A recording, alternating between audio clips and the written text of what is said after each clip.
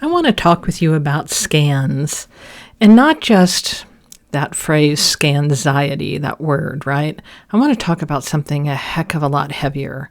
I want to talk about fear, the kind of fear that sinks into your bones when you are faced with the worst possibilities. So, it started with what was supposed to be a routine check-in. But the patches on my skin were spreading quickly and pushing me towards the edge of my current staging. I'm at stage 1A, and I have now moved into stage 1A max, 1 max.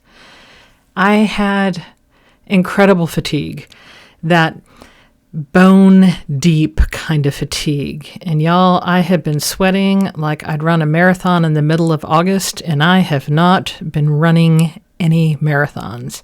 It has been hot here, but it hasn't been so hot that there's a justifiable reason for me to sweat completely through all of my clothing. Then came the labs. My liver numbers, the ALT, had tripled in just 4 weeks. So my doctor, doing what any good doctor should, paused my current treatment, which is Pegasus interferon, and ordered a combo PET CT scan. The question was whether my cancer, Mycosis Fungoides, had spread internally or if my body had decided to attack my liver. Now let's be honest. I know the cancer I have is incurable. But as long as it stays on my skin, my lifespan is not drastically impacted. The moment it spreads inside, everything changes dramatically. So while the best possible outcome was still the treatment stopped working and was raising my liver numbers, the other options, they were far worse. So the scan was scheduled for really a little bit longer than a week after that appointment at the Duke Cancer Center. Now, I live close by, so that is completely what I expected. But there's one thing.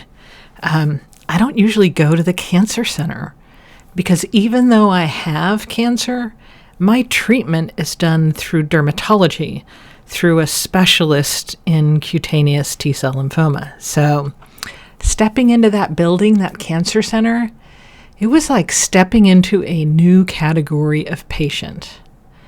I got there early because I am a chronic early arriver and because I knew I'd need time to steady myself. And I did. I sat there in one of the chairs, leaking tears, trying to calm my full body panic. My husband came with me, which helped more than I can say, but that fear was still there. That space, as nice as it is, it made it real. Now, in the waiting room, I noticed everything. Art on the walls. One of my first things I said to my husband was, there's no sign saying who made it, donated it, or funded it. And then he did find one. But it's just one of those things I noticed. And then there were these odd and incredibly long regulatory notices printed and pasted to the wall above the chairs that people were sitting in like super tiny print, like it couldn't have been size 10 font, right? So, I mean, who's supposed to stand there for like 10 minutes at a time and read those while they're like hovering over who might be sitting in a chair? And it was all part of the surrealness. And that's in a space that was designed to be comforting. And it is a really nice space and facility. And I appreciate that, and it helps immensely. I imagine my experience would have been much more difficult without the wide open and large spaces. And they even had a real live pianist playing music the entire time I was there. And I think that was pretty awesome. Now, to prep for the scan, I couldn't eat for 4 hours before it, per Duke's instructions. But you know me, I'm a Googler, right? I checked other cancer center websites because I'm one of those that wants to check out the rules and find out why they exist. Most said 6 hours with low-carb foods the day before and no caffeine the day before. So once called back, I got settled into a small private room with a recliner, one of those hospital-style recliners. And my husband was allowed to come back with me. It kind of surprised me, and I actually appreciated that. The nurse had a rough go getting my IV started. It took a few tries, but I wasn't bothered by it. We all have one of those days, and honestly, I was probably more worried for her being upset about it than for me getting poked. I'm just not overly concerned about that. And then there was another nurse tech who took over and explained everything. He was super helpful and kind. Explained how timing was important, that they had to sync the radioactive tracer with scan availability. And then came the injection, right? The radioactive tracer, which is an FDG, like Frank Dog ground, which helps highlight potential cancer activity. And of course, the infamous barium drink, 450 milliliters of thick sweetness. And the tech swore banana was the best option, so I went with that. I have nothing to compare it to, but it is what it is. And I am one of those people who finds flavoring medications kind of ruins the real flavor. But I drank what I needed to drink, but I'm probably going to pass on eating bananas for a few weeks. So wardrobe, because there are some requirements when you go in for a scan. No metal, no snaps, zippers, buttons. So I wore leggings, a t-shirt, a no-wire sports bra, no jewelry. Basically, comfort meets compliance. I did bring a sweatshirt, but I really didn't need it because they gave me a warm blanket so I wouldn't be cold during the scan. And those machines are huge, and they generate a whole lot of heat and need to be kept cool to operate properly. So you want to plan for the fact that that room is going to be freezing cold. And note, I wore a black t-shirt. I had blanket fuzz everywhere when I left. When it was my turn to go into the scan, my husband did have to go back to the waiting room.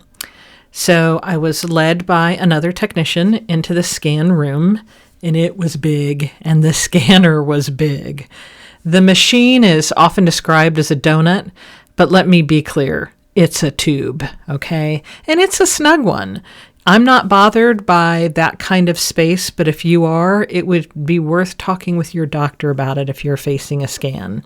I pretty much just closed my eyes and tried to take advantage of being completely out of reach for everybody that I knew. Now, they tried to make it comfortable, so when I walked in, they had what I would call nostalgic music playing.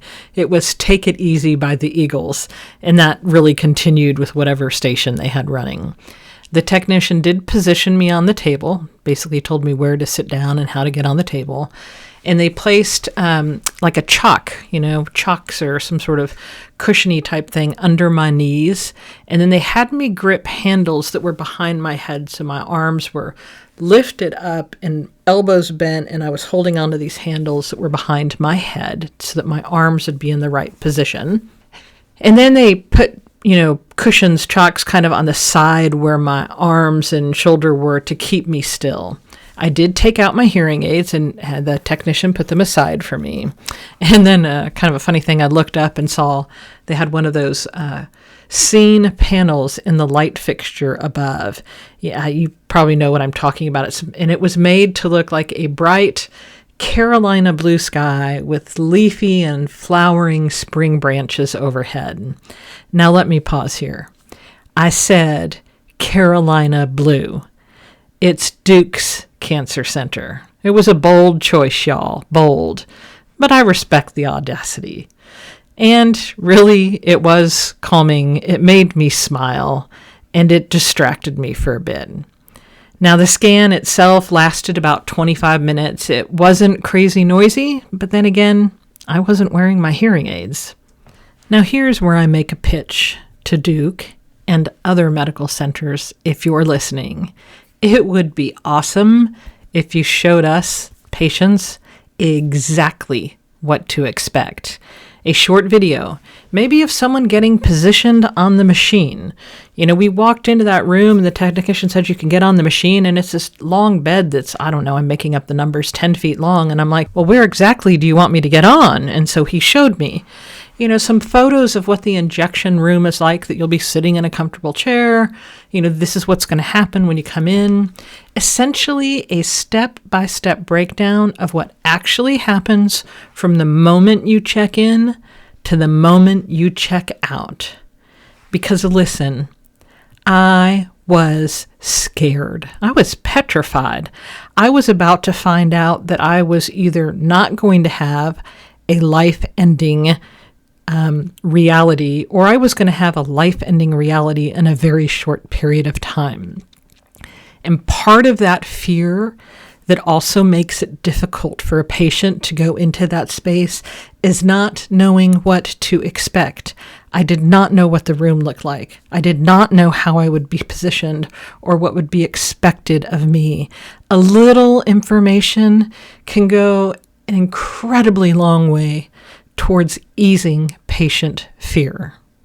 So after the scan was done, obviously I got home, I ate.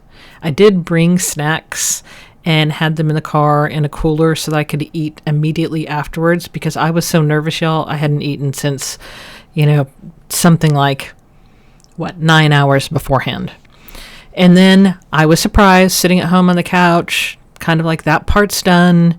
And then my results popped up in my chart. 4 hours later. Y'all, that's like lightning speed in the medical world. And the results? Holy cow. No internal spread. None. I mean, seeing that, that's what we all want to see when we have something like this done. I do have a few lymph nodes to watch. I have a small spot on my shoulder that I kind of wonder if it's the keloid scar tissue from a biopsy years ago. And I really do have some tiny watch list items that just aren't worth chasing. They're things to watch, right? And honestly, it was the absolute best outcome I could have hoped for.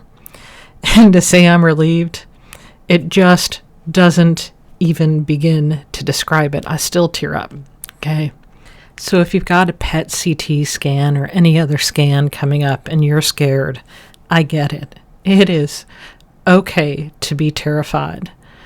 But knowing the process, I hope what I went through and I'm sharing here, I'm hoping it will help calm you. For now, I'm grateful. I'm back in the treatment game. I'm still here. I'm still navigating this. And I'm still figuring out how to live, not just survive. Thanks for listening to Fine But Not Fine. If this episode resonated with you, subscribe so you don't miss what's next. And if you got a story, question, or just need to vent, reach out. I'd love to hear from you. Until next time, take care and keep on going.